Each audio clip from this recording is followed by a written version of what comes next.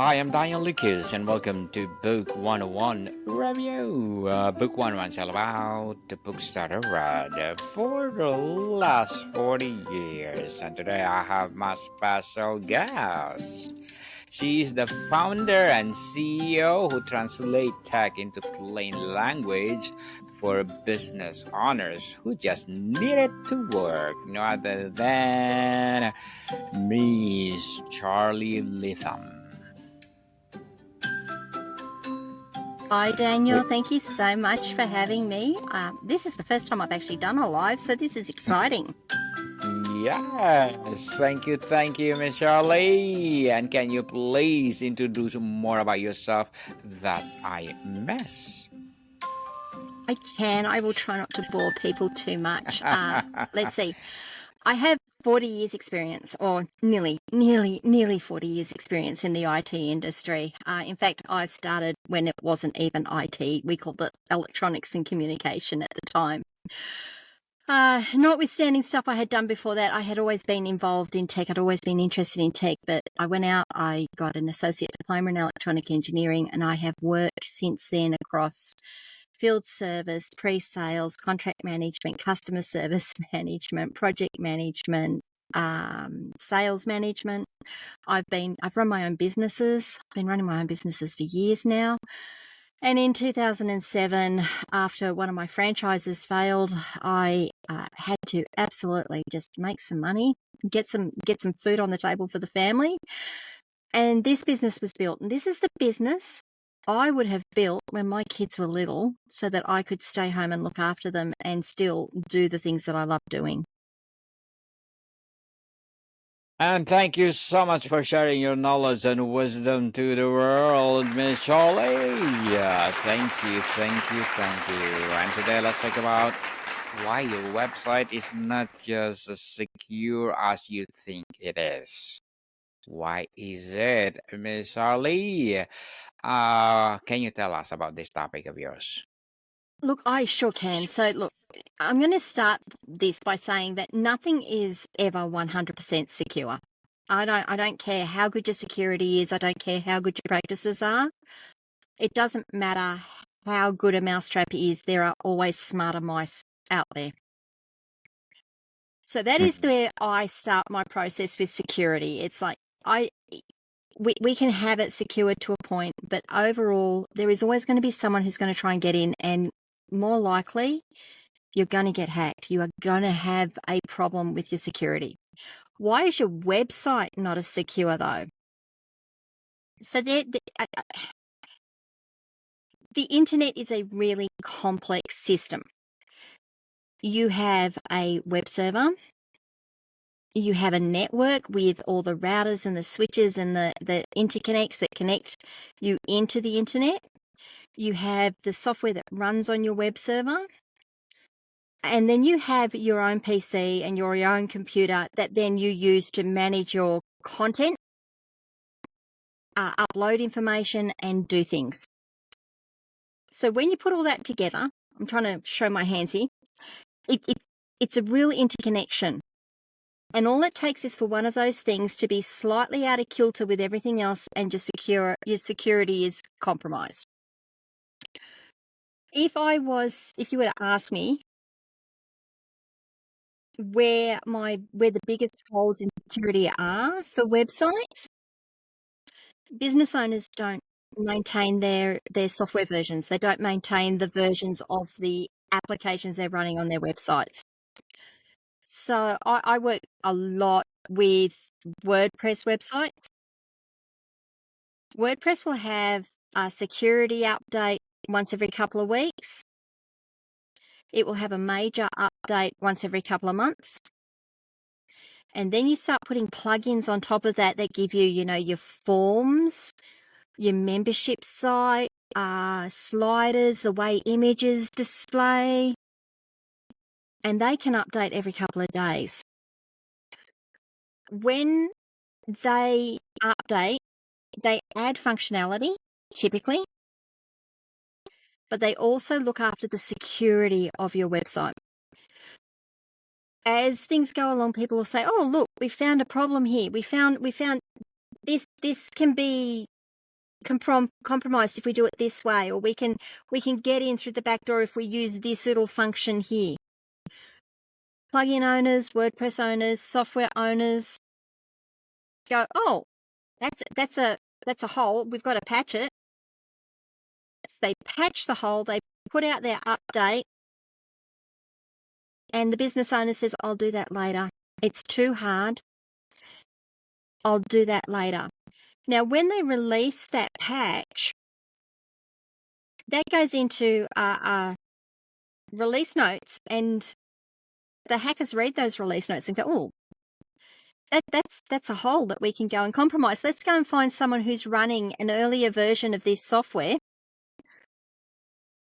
and we will use that to get into the website." So that's why I don't think your websites are as secure as you think they are, because it's this continual, you've got to keep updating it, you've got to keep monitoring it, you've got to keep looking at it. Who are the smart mice now? What have the smart mice decided they can get in and do now? That makes some sense. Interesting, Miss Charlie. And many business owners think I'm small. Who would target me? Why is it the mindset of the single biggest vulnerability for most websites today? That is a great question, Daniel. And it doesn't matter how big you are. It doesn't matter how small you are. If a hacker can get in, they will. Now, there's a couple of reasons behind that. In fact, this is one of my podcast episodes recently. Sometimes it's just what I call script kiddie. Yes. And they're the ones that they finish up at school, they're a bit bored, they find these things that they can go and do, and they go and do it just because they can say, I did this. Yes. I managed to do this. The other ones and look, it's still bad. That's still bad. But the other ones that do it, they look at stealing your resources more than anything. And there's other reasons. But if you're a small business, you're not storing stuff on your server, you don't have a lot of information, they still can steal your resources. What they'll tend to do is they'll put up a phishing site or a spamming site, something that just sends out emails, and they use your server's resources. They send out emails under your domain name. Your domain name then gets slapped with a spammer and gets blacklisted, and you can't get your emails through anymore. If it's a phishing site, that in those emails they'll send out and say, come here. And they use your domain name in a hidden folder. People come along and say, oh, I've been compromised. I've got to go and update my details. Hit the link. They're on your server now. They're looking at the address in the bar going, this doesn't look right, but they still do it. And they hand over their personal details. They hand over their usernames, passwords. Sometimes it's even their own security questions so that they can get into their accounts, which don't actually exist on that server, right? So yes. That's why small businesses are a target, because they've got those resources that these hackers can use, and they tend to have the mindset that I'm only small, I don't need to worry about this. And they're the ones that do need to worry about it. Interesting, Miss Charlie. For sure, people will learn for our topic for today. People often equate cybersecurity with an antivirus or on their computer. How does website security represent a completely different and more complex battlefield? Okay, so it really starts with, you've got to keep your patches up to date. And it's not just, I mentioned WordPress and plugins. You've got to do all that. But your server also has its own level of software that runs on it. So that all has to be patched. That all has to be kept up to date. I run a hosting company, and I do patch updates basically every day. Every day a server is being, one of my servers is being patched because a vulnerability has come out and we've got to go in and fix that one up. So you've got your servers that need patching, you've got your website that needs patching, you've got users on the site that you reuse their passwords. and they get hacked somewhere else. So then people go, oh, we'll try this site over here where we know they are, and we'll see if that password works here. What else? Oh, there's the network that sits between. So you've got firewalls, you've got switches, you've got other people's stuff. It's in between your server and the internet that can get compromised, which then makes it easier to get into your server. And then you've got the user component themselves. So me as a user sitting here, uploading content to a server or a website, if my PC has been compromised, if I've got a problem on my PC, I could actually transfer that up to my server, which then gets it to go out to other people on the internet as well. Many install a security plugin and consider a job done. Why is it website security a continuous process, not one-time fix? Great question. It is crunchy on the outside and soft on the inside. That's how I describe it. The idea is that you have many layers of defense when you're doing your security. You make it as hard as possible on the outside to compromise, but the closer you get to the core systems, the closer you get to the bits that you and I need to use, you and I need to distribute information and content, it's a little softer, right? It's like a chocolate bar that's got a soft center. So you install a security plugin. That's on your website. That's on the inside. That's one of the last layers of defense. You go out. You can protect your server. You can protect your network. You can protect where that network connects to.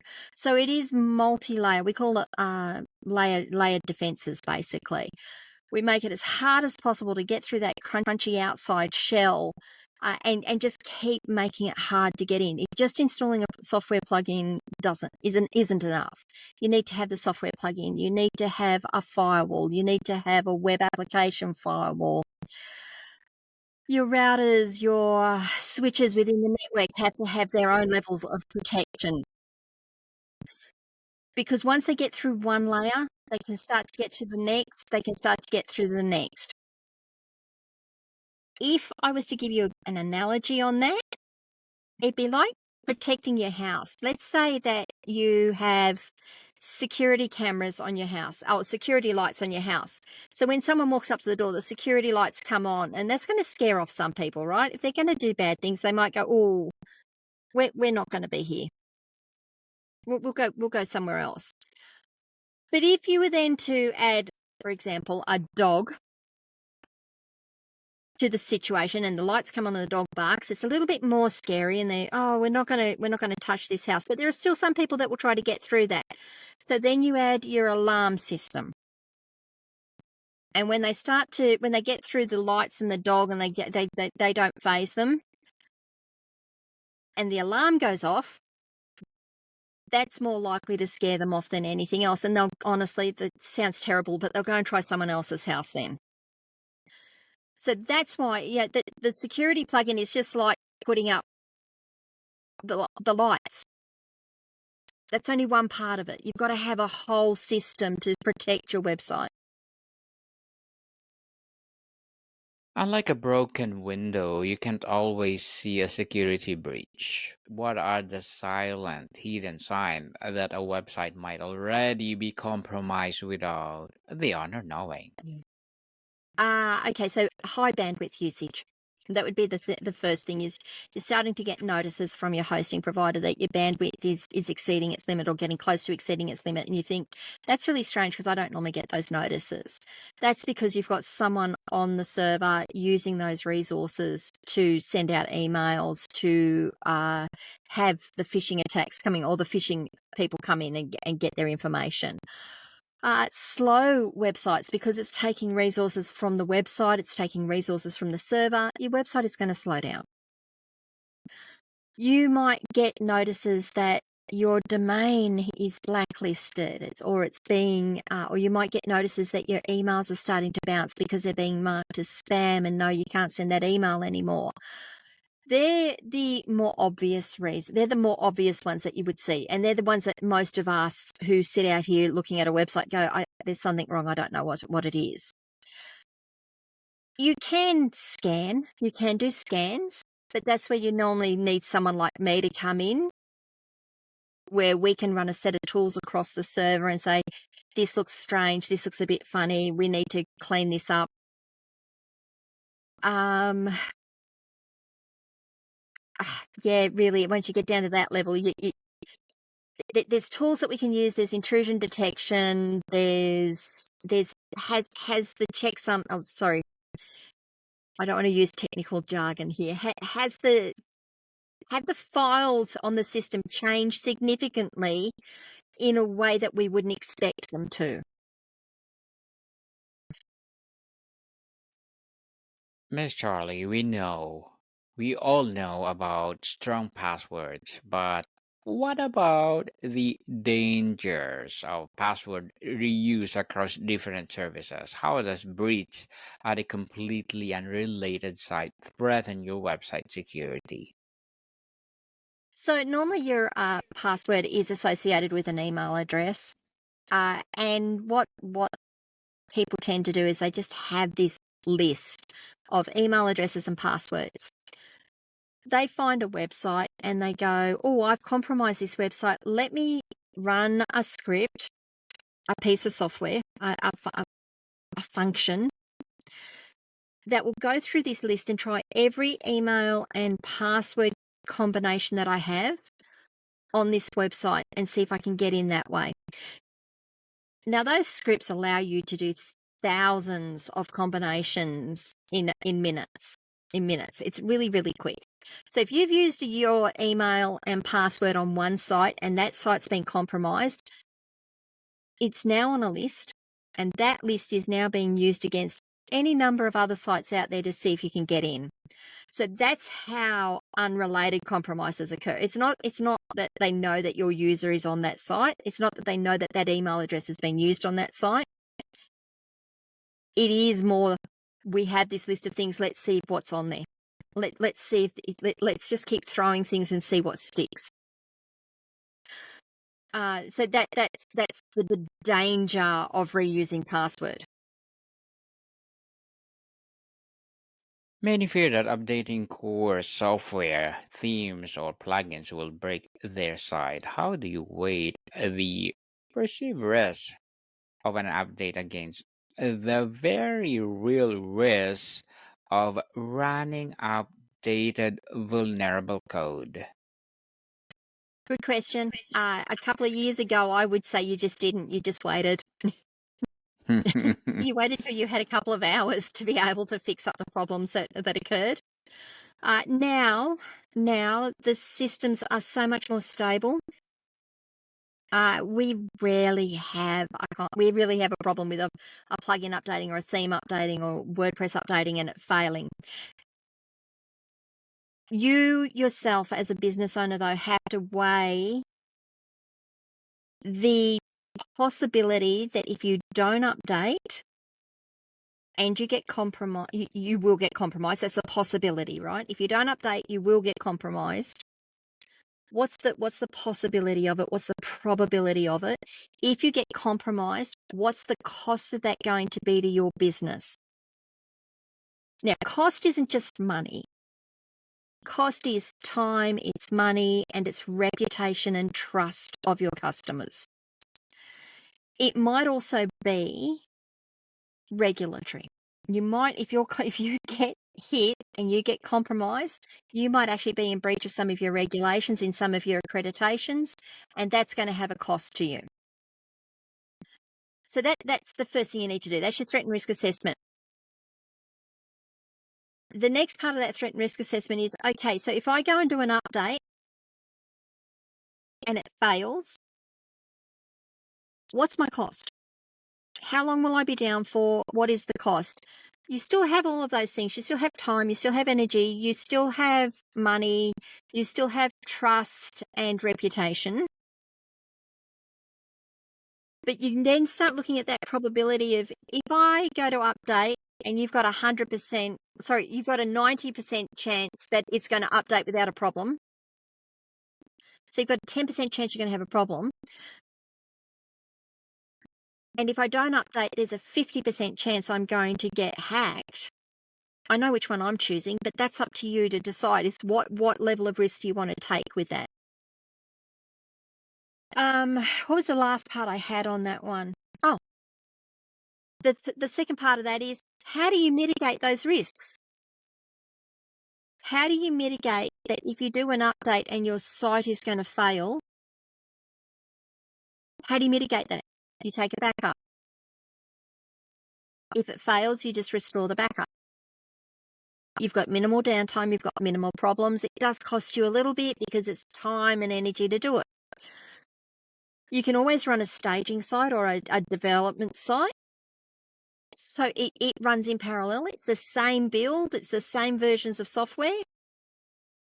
And when you go to do your updates, do it on your dev site. Does it work on your dev site? You've now got 100% certainty that it's going to work on your prod site, on your production site. How do you mitigate a hack or the possibility of a hack? You've got to do your software updates. That's the thing that I would be looking at. Miss Charlie, how are advancements in AI being used by both attackers to find vulnerabilities and by defenders to patch them? Look, I'm not entirely certain. I will be honest about that one.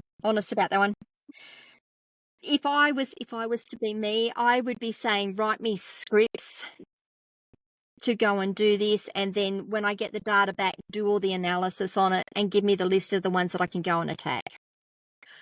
I can tell you that I have had a compromised file and I threw it into AI and it refused to look at it. It told me it wasn't allowed to look at it. So how are they being used? They're being used procedurally is the way I would say it. How do they optimize their scripts? How do they optimize their data analysis to bring back all the data that they're getting to say, is this site running something we can compromise, or do we move on to the next one? Is this site doing something that we could use to get into the back end of it? That's how I would think it's being used, but I really don't have a good feel for it.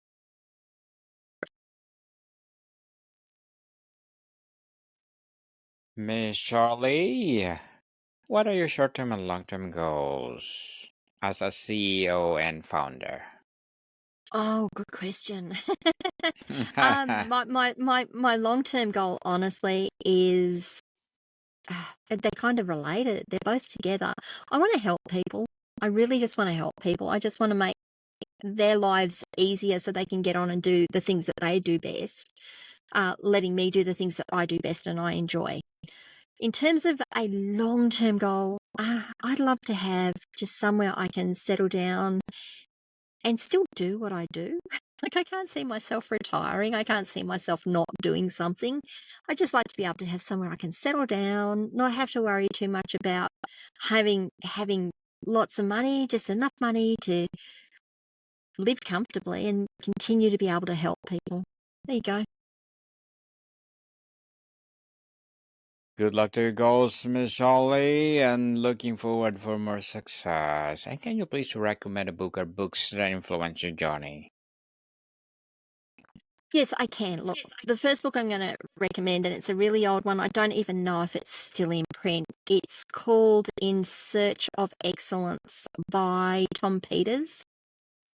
I read that as a very young woman, and it changed how I offer service to people, how I do my services. It's a real service mindset book.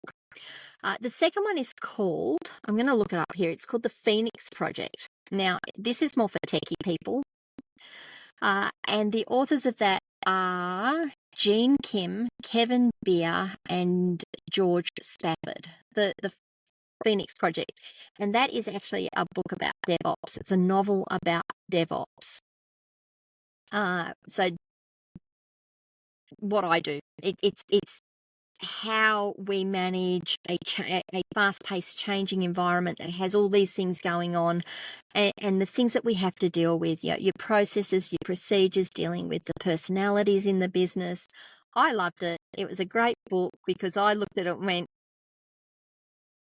"That's my life." Thank you for that recommended books, Miss Charlie. And what will be a piece of advice for those people out there who want to be a founder and CEO like you? Oh, okay. Be prepared to do the work. It's not easy. Don't get taken in by these glamorous photos that you see. It is 99% sweat, and you just have to be prepared to do the work. Be passionate about what you want to do, because when it gets hard, that is going to be what keeps you going. Thank you for that advice, Miss Charlie. And before we wrap up our discussion for today, I'm inviting you to please do listen to my other podcast, people, because my abstract essay is already in fifth season, abstract poetry in second season, and my book 101 review in fifth season too. Comedy 101 in second season, and my food 101 in fifth season as well. Geography 101 in fourth season, and my baby podcast Law 101 and Mental Health 101. Love letters in third season, and Movie 101 Review and Music 101 in fourth season, and Science 101 and Sex 101 in second season. Please listen to them wherever you listen your podcast. So, Michelle Lee, what is the one analogy or story you tell that finally makes the light bulb go off for someone who has been underestimating their website res? Oh dear. Look, honestly, just don't assume that everything is okay. Have someone like me in your corner. Be prepared to ask for help, and come to someone like me and say, "I don't know. Can you check it? Can you let me know what's going on?" Yes, definitely. Miss Charly Leetham, thank you so much for sharing your knowledge and wisdom to the world. So, can you please invite our listeners to support your business, your advocacy, or whatever projects that you're doing right now? I absolutely will. Thank you so much. So you can find me at askcharlyleetham.com on the website that you're seeing on the screen here. You can reach out to me on any of the social media networks, and I am here to make tech easy for small business. So if you've got anything at all, book a 30-minute free consult and see if I can help you out. Yes, people, let's support Miss Charly Leetham, because if you support her, for sure, more and more empowering business to come. So, Miss Charly, thank you so much for your time. You are most welcome, and thank you for having me, Daniel. I really appreciate it.